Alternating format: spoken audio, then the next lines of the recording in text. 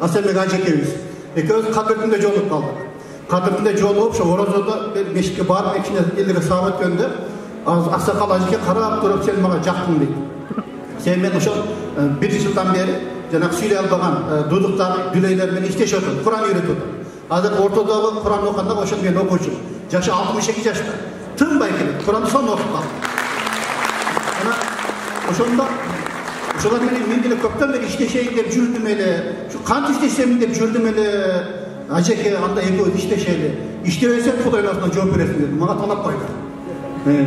Себеби бул жерде эмне керек болсо мен таап берейин, бирок ошону иштешели деп анан кайсы китепти өтүп ойлондум. Отуруп ойлонсо көпчүлүк китептерде баягы аудио варианты бар экен, Damlanın kitebi audио варианты жок экен. Жанагы бир ай демчи.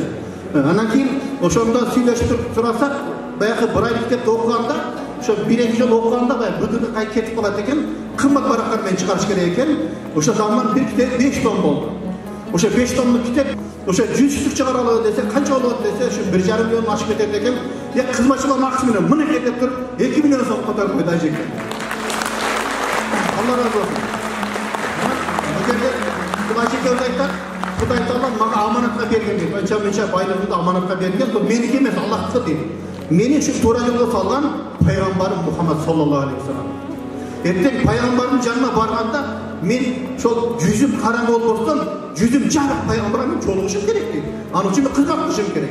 Анын үчүн иншалла мен ушу китепке мен даярмын деп туруп, сразу чыгарып бердик. 6 ай мурда чыгардык. 3 айдан бeri мына булар жарышып окуп атат. Бүгүн түшкө чейин ошол жерде эмне биз аялдарга өзүнчө, эркектерге өзүнчө көңүл өткөрдүк. Ошол атайын айткан жокпуз. Азыр сиздер ачамда үйрөнүп отурдуңуздар, бир туугандарыбыз ким чыгат экен деп ушундай өзүнө жеп отурдуңуздар. Ким умурага барат экен деп. Алла разы болсун. Ошол эмелерге көз азиздерге, анан сүйлөгөн дудуктарга, жалпы 10 адамга Ажекебиз бизге ушундай бир белек кылды. Кудай буйрса, ошол Ажекларга умрага барганда ошол өзүмдүн группамды алып бара турган болдум. Ажеке өзү коштап бара турган болду. Кудай буйрса. Алла разы болсун. Машалла. Арабызда ушундай адамдар көп болсун. İnşallah bu жерде oturup sizler prezentasyonlarını gördük, Celal'in süylөгөндөрүн көрүп oturup, ошол ойлогон ойду ишке ашырса болот экен деп, мына мен дагы ой келди да. Hazreti Osman'ın sözü var. Gelecekte işke aşmagan mesleğini Allah Teala pendesinin kıyamına salbaydı. Hazreti Osman'ın sözü de. Ajekemi kız oturup oylandı. Buyursa gelecekte şu köz açtıkta medeni saç aldı. Kulak koydun inşallah. Allah Allah. Kulağın bir ошондой менен биргеликте сүйлөйгөн багат ошо эмне дудук дүлөйлөргө кошо, экөөсүнө кошо бир медресе ачсак деп пландаштырып иншалла. Бул жерде эми Куранда айтат го: "Ва нараху qaриба ва ярахум баида." Алар алыста көрөт. Буйрса бул ниет кылдык, Кудай буйрса биз ошону ишке ашырабыз. Азыр ачкы домлагдан айттым, буйрса ортодо ошол аракет кылып атабыз. Себеби ошол көздөни бир туугандардан суранды.